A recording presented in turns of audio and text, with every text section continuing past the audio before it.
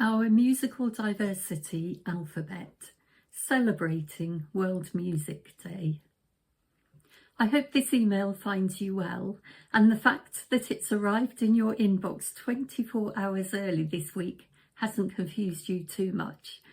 The reason for that is today is World Music Day, and so I feel justified in being one day early.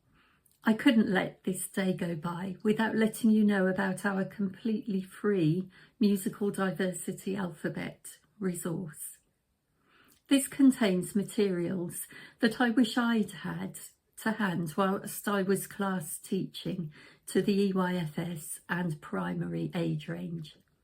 In fact, that was my prime motivation for gathering such an eclectic set of materials together.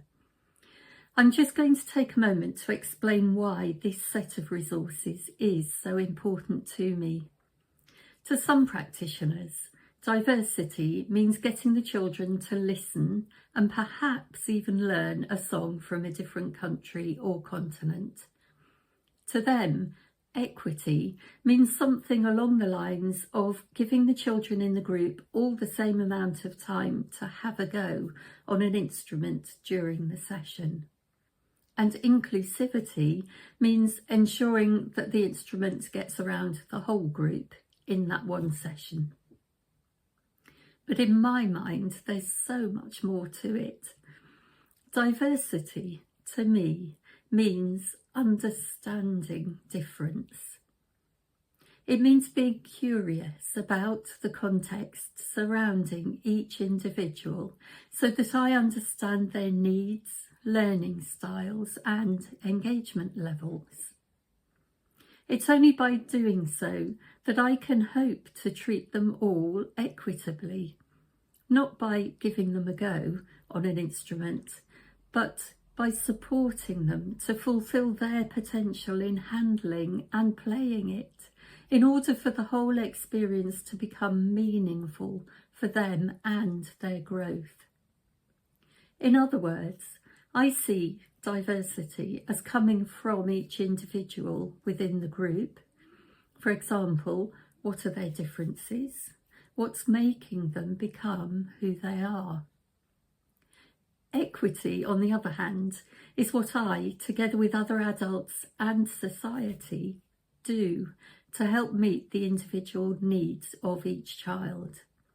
For example, how do I need to adapt my behaviour and expectations in order to meet the needs and get the best from each child in the group? And then inclusivity follows on from this.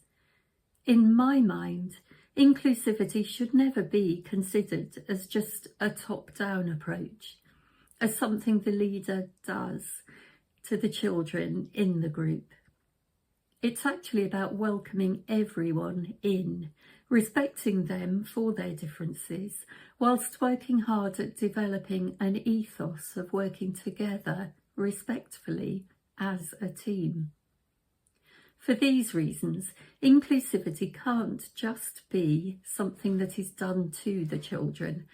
It needs to be embedded in everything we all do and displayed through our attitudes and behaviours towards others. It's about making every single individual, young and old alike, feel welcome to such an extent that their sense of belonging increases through each session. I believe true inclusivity is only achieved when each interaction between individuals is positive, respectful, and understanding.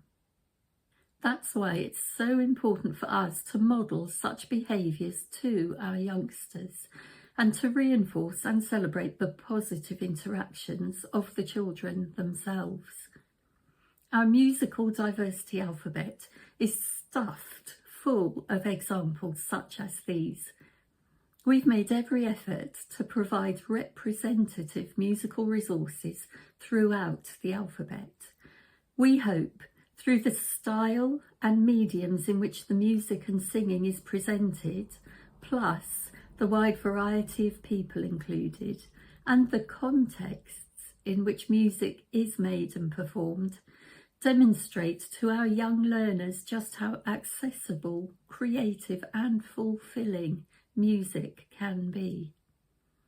It's our responsibility to provide our young learners with an entire world full of musical discoveries and opportunities. For example, yesterday was actually World Refugee Day. Our letter A includes an example presented in an age-appropriate way of this life experience through the performer and songwriter Aziza Brahim. In fact, the Arabic song she sings is called Lagi, which translates to English as refugee.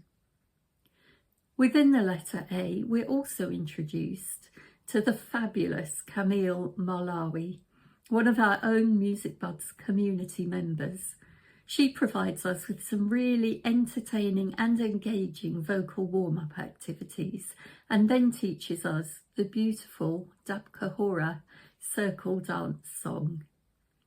If you want a bit of instant CPD, then I'd really recommend watching Camille's expert delivery. It's a fantastic example of outstanding quality teaching in action. We've a rolling programme of updating, improving and enhancing the letters in the alphabet. So even if you have already signed up and are working your way through the alphabet at the moment, or if you're one of the very few who have already reached the end of the 52-week resource, you might like to start back at the beginning to discover more resources to add to your collection.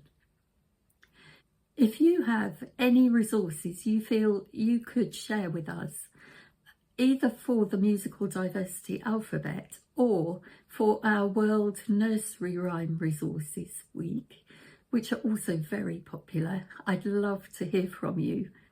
My aim is to grow both of these projects organically, introducing tried and tested examples that come from within our very own community. It's one way we can start to shout out a little more about all the valuable and often unrecognised work we all do in promoting positive diversity and musical awareness in others. Let's fly the flag for the Musicbuds community. And also on that theme, if you know of someone who might be interested in watching this video, please do send the link on to them. Wishing you a week filled with music from all around the world. Very best wishes and thank you again for watching.